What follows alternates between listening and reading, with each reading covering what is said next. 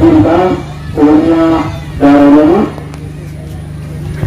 galma agarsiisutti masaa bitamuu jalatti harakka hojjetames bareedinee baay'ee barbaadamee yaadannoo bakka Oromoodhaa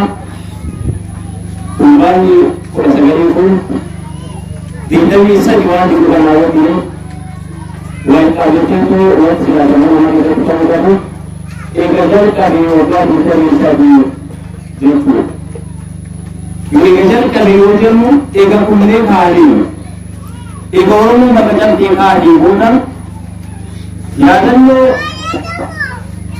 eenyummaa uummata Oromoo wajjin wal qabateetu waan badii uummata Oromoo jalaa badii keessaa amantii taate afaan gadaan akkuma kana jechuun uummata Oromoo jalaa waan badii keessaa amantii waaqeffannaa waan taateef egaa yaadannoo kana eegalee waggaa 23